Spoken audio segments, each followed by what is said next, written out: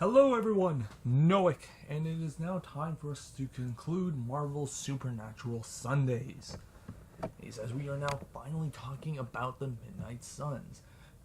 If you have not seen any of the previous videos, I talked about in those videos about the supernatural characters that I want to see make up this team, and those being Ghost Rider, Blade, Elsa Bloodstone, and Werewolf by Night.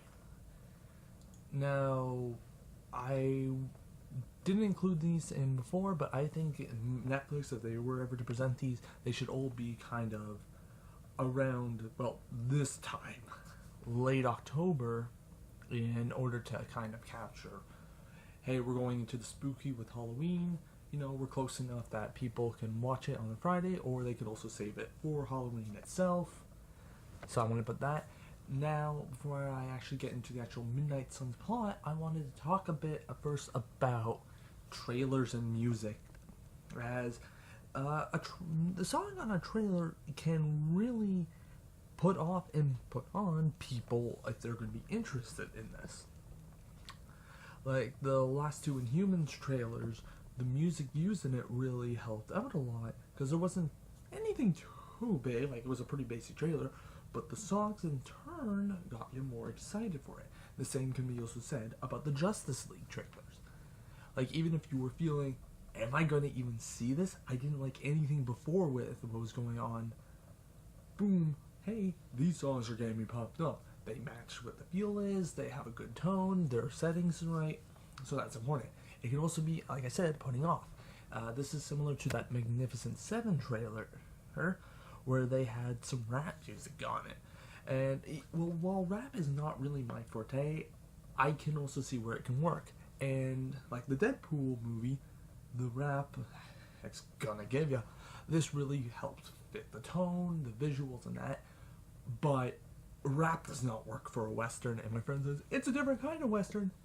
It's still a Western. So, I've had some time to think about what songs I think would be perfect for each one, and these are the ones there. So let's start off with AC/DC's Highway to Hell for Ghost Rider, Alvino's Long Time Coming for Blade, Fleetwood Mac's Rihanna for Bloodstone, Florence plus the Machine's Howl, Werewolf by Night, and finally, In Excess's Devil Inside for the Midnight Suns themselves. Alright, let's go about the Midnight Suns, and this season would take off from the beginning, so let's go with this.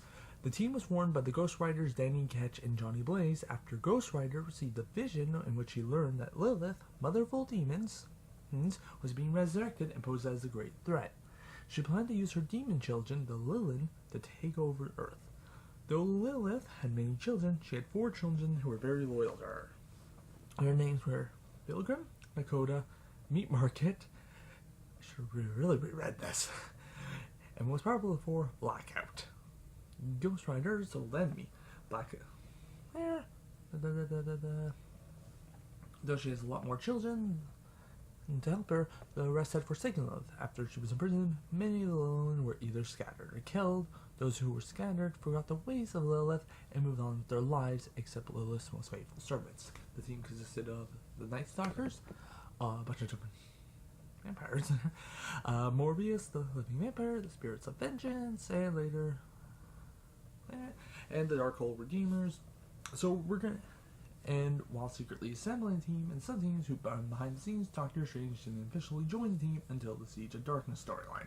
Okay, that's the basics. Now we're going to take obviously a lot of those heroes and won't be using them because, well, budget as well as building up, and instead we're again using the 4 heroes that I mentioned before: Ghost Rider, Blade, Bloodstone, and Werewolf by Night.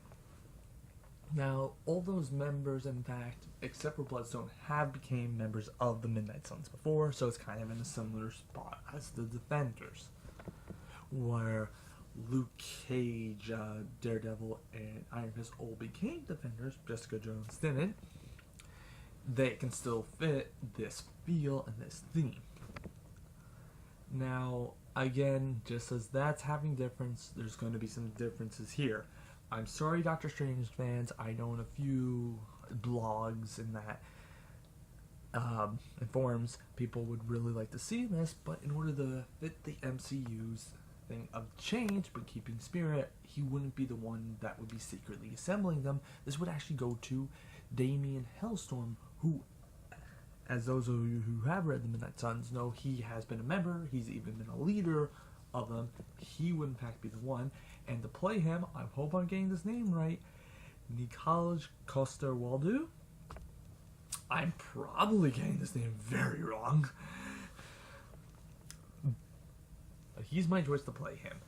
As well as, here's another change, I wouldn't have it Lilith, Mother of All Demons. I would instead have Satana Hellstorm. She is in fact Damien's sister. And to play her, Natalie Dormer. Okay. And how exactly would this work? Who are these two? Well, Damien and Satana are the children of Satan. They're siblings. They were both raised by Satan. However, after Satan was discovered to be Satan, he left. And from there, that's when their paths went almost in completely opposite routes. Nothing with each other at all. Damien used the knowledge he had to become a supernatural detective and fight for the side of good. Satana, on the other hand, continued her training and then wound up becoming a Hell Lord. She would be the one, as I mentioned before, there was a few kind of groups that were working together for a mysterious person. This would be Satana, and she in turn is now serving their father. There kind of has a lord serves like king. It'd be sort of like that. She has her own rules, she has her own things there, but Satan is now ready to make his move on the world, and she's ready to help her father. So now, just as Lilith went for only her most loyal, Satana is kind of doing that now. She's looking for loyalty. And those that she doesn't seem as loyal, instead of letting them go on their own way, she instead is ready to get rid of them. That being specifically those four, Ghost Rider, Blade, Bloodstone, and Werewolf by Night, because of the threat that they could in fact impose on her, even if they don't. She's not ready to make that chance. As well as these four powerful beings, if she was to take them down, this may in fact make it more, they could actually win if they're taking down these four. Let's go with this. Other supernatural beings might think that. Damien, on the other hand, sees that good that they can do. They are essentially, everything about them should be on the side of dark, but they are fighting for the light. He also knows that separated, they're going to be picked off. But if he was to bring them together, he will in fact allow them in order to maybe even take down his sister and father. So while Damien is trying to bring the Midnight Suns together, Satana is trying to kill them. And it's these two groups must now get ready to clash in order for the fate of the world and see if Satan will actually succeed in invading Earth. That's the plot. Before I end this though, there's one more thing. As I said before, MCU and change, as well as comics can get confusing as I mentioned, there's Hell Lords. And as such, there's Satan, but at the same time, there's different devils.